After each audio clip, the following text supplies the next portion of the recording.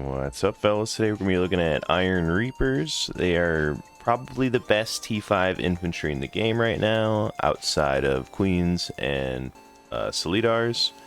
They don't really have any counters in the game currently, outside of Queens and potentially Solidars. But a lot of, even then, their counters can be sort of mitigated by hero play and a good positioning. So we'll talk about the veterancy lines, doctrines, passives, and then I'll show you the AI in the unit training camp. As for the passives, they have two forms you can play them in: swords or maces. Maces deal extra damage to heavy shielded infantry, so Imperial shields, merms, stuff like that. And then swords will deal just raw bonus damage in general. They have very heavy armor passive, which gives them 60% damage reduction. And then when you use either of their skills, it will refresh the damage reduction. As they take damage, it reduces the damage reduction value by 2.5%. So ideally, if you want to maximize this, you X them in, they start fighting, you use their charge, they continue fighting, and then you hit their 2. But you can't always do that, and we'll go over that when we're talking about the unit AI and stuff like that. Over in their attributes, their defenses are incredible, so not too much to be said here. The only thing that's really lacking on this unit is the move speed at 3.8. The HP value is relatively low, and their penetrations aren't the best, being, around 15, 16, 1700. So, all right. As for the veterancy, this is probably the most widely debated vet unit with vet line because there are so many viable options. I went so far as to make 2 different Iron Reapers just to test them back in the day, and I spent a ton of Lotus Water on this unit.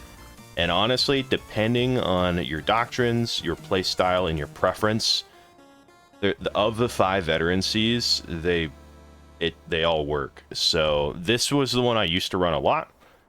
It emphasized the defenses, recovery, and skirmishing potential of this unit, and skirmishing it being so slow. But the idea is you get into a fight, you use your regen and massive defenses to tank. You won't probably get all of the kills, but you won't lose models because of the massive damage reduction you get from this bot line. And you're almost always able to retreat out after using your cooldowns. However, with the introduction of the combat doctrine and with how powerful the addition to the new, new-ish, I mean, these have been around for a bit now, like the Doctrine Alchemy, you get these really powerful damage doctrines. And if you combo that with Tiger Step, you can heal through and sustain more of these engagements, so you don't really feel like it's necessary to have this rudimentary medicine. This is still good on this unit because of how high the defenses are. The effective health recovery is pretty big. But yeah, I've just tended to like this more very aggressive line. But yeah, so that's the veterancies. Full top is viable, full middle is viable, the hybrid is fine, and full bot is minus the final node. This is kind of not great. These are all viable options. It just depends on your play style. If you're, there's a different, different people will want for territory war. Certain lines are going to be better depending on the meta and whatnot. But yeah, this is just the one I tend to go with. Lots of damage, buffs up your Tiger Step a ton, and lots of attack speed. So anyways, let's get into the doctrines for the unit.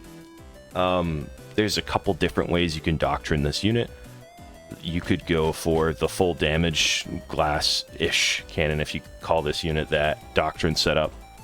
You can go for stacking a bunch of defenses, like you could grab the shield doctrine, more the supply doctrine, health and defense doctrine, and then a health doctrine on top of all that, or a labor doctrine. Just buff the HP pool up to like 13k. That's massive for this unit. Makes them so thick, hard to chew through, and alleviates a lot of the weakness of this unit with its low HP pool. Like if certain units have the penetration to address the defense values, this unit kind of crumples. But with the buff to HP pool on top of that very heavy armor passive, this unit is so hard to get through quickly. So you can do devastation as well. Devastation's really strong. But yeah, the doctrine setup I tend to go for is something like this: generic penetration, generic damage, siege fighter, and epic combat doctrine. And then I'll put a leadership doctrine on as well. But let's go into the how to play the unit and the unit AI real quick. Or against most units, you're going to be pulling out your flails, because your flail is what you want to charge with, because if you charge with your swords, your sword doesn't connect nearly as well as your flail. So you X them into a position, you hit 2, or your charge, and you let them make contact, you hit, pull out the swords, and then you press 2. You want to do it a little quicker, of course, but here, we'll do it against a little tankier Pull out your flails. And like I said, the reason why we're using flails and not swords when you charge is because the sword animation takes too long, and if the unit's moving at all, when you charge them with your swords, they won't take any damage, where if you charge them with the flails, it almost always connects. So you wait for them to make contact, you pull out the swords, and then you hit 2. And that's how you control it. Look how the targeting and pathing of the unit is really nice and tight. If you hit 2, I'll come back over here and reset the unit again. If you hit 2 with this unit while their flails are out, they don't usually clump up nearly as well. And I don't know if it's their pathing with their flails out isn't the best. I'm not necessarily sure why that is. I'll keep them out and show you just for this instance, but unless it's against Imperial Spear Guard or something, you usually want to pull out your swords just because the pathing is so much better. So we'll charge them, make their contact. I'll hit 2 and leave them in there. See how they don't, like, there's a lot of people just kind of wandering about, and this is like the form that's supposed to be better against shields, and it takes them a bit longer.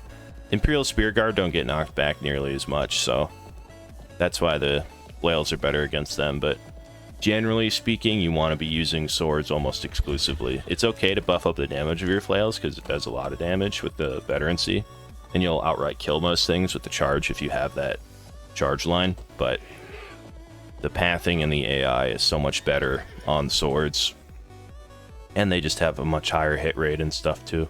So do it one more time. You know, pull out your flails, charge them, and they make contact, switch weapons, and hit 2. Just like that.